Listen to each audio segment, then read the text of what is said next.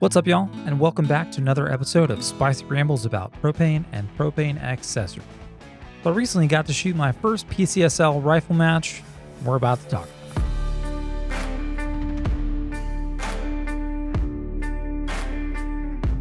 Thanks for tuning in, Gear Gang.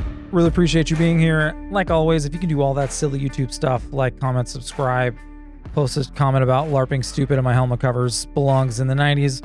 Whatever you feel like doing, I will support you. It really helps me as a small channel. I don't make anything from doing YouTube. It costs money, and it's really just because it's a fun project. I needed a creative outlet, and the tism has to get out every once in a while.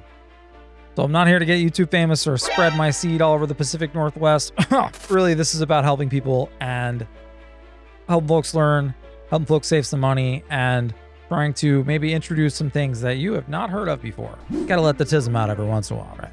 So first off, what is PCSL? So contrary to my original opinion, sadly, the PC does not stand for pretty cool. It's Practical Competition Shooting League, and it seems to be a competitor to USPSA in terms of stage setup, and a lot of folks at the match also seem to shoot USPSA. I don't know if PCSL was introduced as an alternative to USPSA with all the drama that's been going on in the past few years with Ben Stoger, Ben Stager, Ben Stegler, Ben Stegerini. Yeah! You hit that note, you do so good.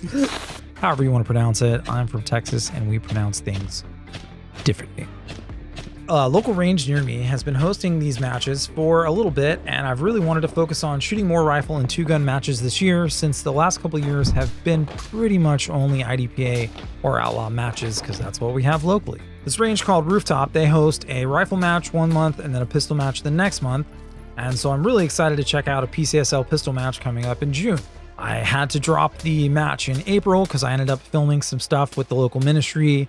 I might be putting that out here in a little bit just to show you guys what I've been doing lately and do an update. Full disclosure though, this was technically my second PCSL rifle match. So I got my first ever DQ in almost 3 years during that first one. Well, TLDR, I had to pick up a bag that was sitting on a barrel through one of those little vertical windows you see in a lot of competition shooting fences, the little skinny ones. And so this bag was sitting on a barrel on the opposite side.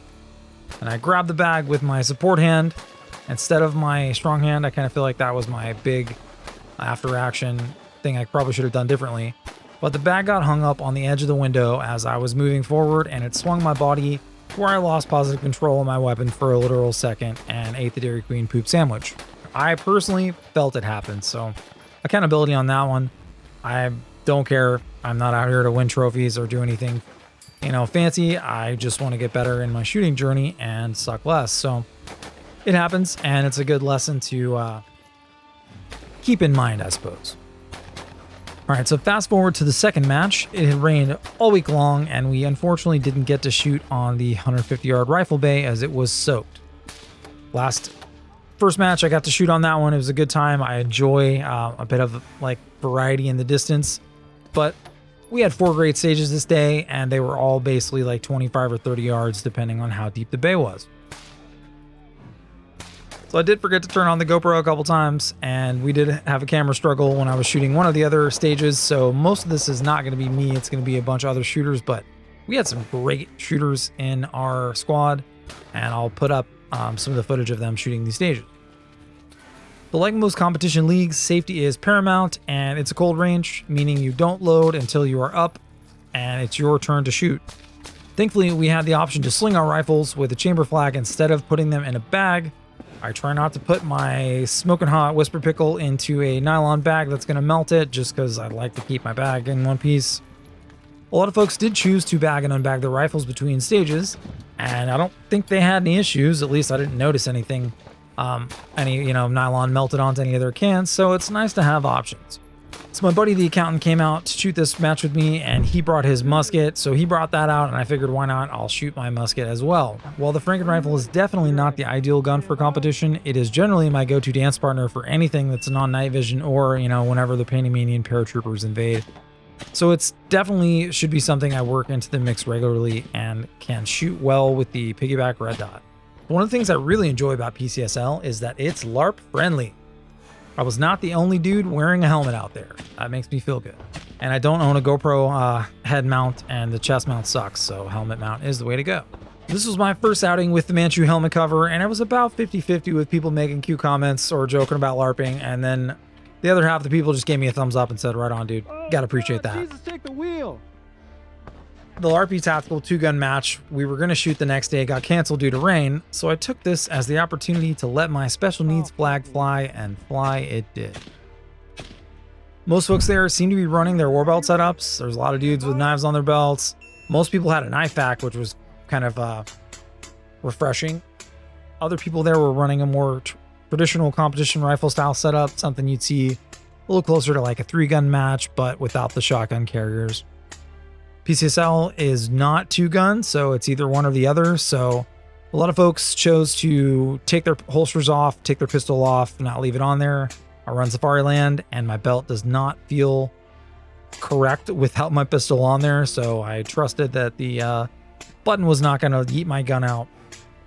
So for the stage setup, the stages were really fun, and instead of having the longer range stage in the 150-yard rifle bay, the owner said he gave us a hoser stage.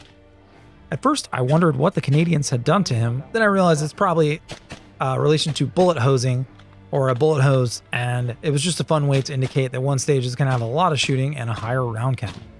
This range has a really amazing community, and that's been something that's super refreshing both the times I've been out there, and I cannot wait to go back. I really had a good time getting to chat with you guys in my squad, and the name of the range is Rooftop Shooting Range, and that continually makes me chuckle, as the owner is not a gringo, if you catch my drift.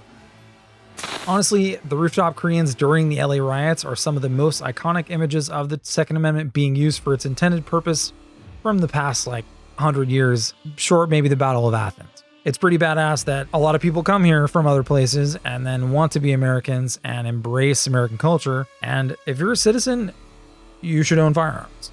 I think every human should own firearms, but I'm not encouraging you to do anything illegal. So I love when people lean into the memes or the humorous side of the shooting world, as some folks seem to be completely devoid of the ability to laugh or have fun when their hits are being scored or we're talking about serious use cases for firearms.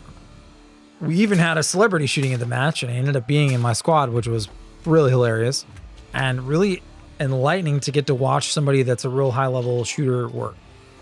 I'm sure some of y'all will recognize him from videos he's done because he is hilarious, but man, oh man, this dude, is he not only funny, he is a beast. He's an animal. And that's pretty much my goal as well. So I got to give him some credit for having a good time and being able to shoot really well and trolling so hard in all of those reloading videos that seem to get like never-ending engagement from folks that somehow don't realize it's a joke.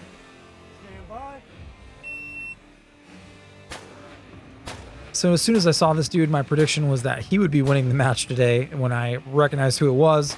And I said hi to him in the morning, and that definitely held true, as he did win. You got to give him credit. He is lightning fast, and he hits what he wants to, and he looks good while he's doing it. So he's the triple threat. I think my big takeaway from watching him and other GM level shooters compete is how deliberate they are in their stage planning and how they take all the time they need during the load and make ready phase. So I was initially surprised how much longer his make ready time was, as he was continually reworking his stage plan and pointing out the targets. I'll throw some B-roll up and making sure he didn't skip a target or shoot them out of the order he wanted. And this includes like the order in which you're shooting the targets, your movement efficiency, how quick he was to get in and out of position. It looks like he lives shooting on one leg, hanging off the edge of a fault line. So you got to give him credit. It just looks natural when he's shooting standing on one foot, and is still shooting as fast as I shoot stationary with both feet on the ground. So stage planning is definitely one of my biggest struggles when it comes to competition shooting. Between my anxiety and the timer, my brain and that damn beepy bully box scramble my stage plan so quick. Like the second I insert a magazine and send the bolt home, it is gone. The RO says, "Does a shooter understand the course of fire?" Yeah, shoot the targets, right? Right? Oh, gotcha. Somebody put a question mark on my teleprompter. So overall, this was an outstanding time. I bet of a bunch of amazing people. My buddy, the accountant, got to shoot his first match ever. I was super nervous after that DQ the first time. It was kind of looming over me until I had a chance to come back and redeem myself. I'm really sad I didn't get it on video the first time. You should definitely check out PCSL if they're doing it in your area. If not, maybe you can start an outlaw club. Who knows? But if you want to take a break from IDPA or USPSA, or just run your long gun, it's a freaking amazing time. Thank y'all for watching. Thanks for being here. Really appreciate you supporting this madness, and be safe in all you do. If you can't be safe, stay spicy. I'm out.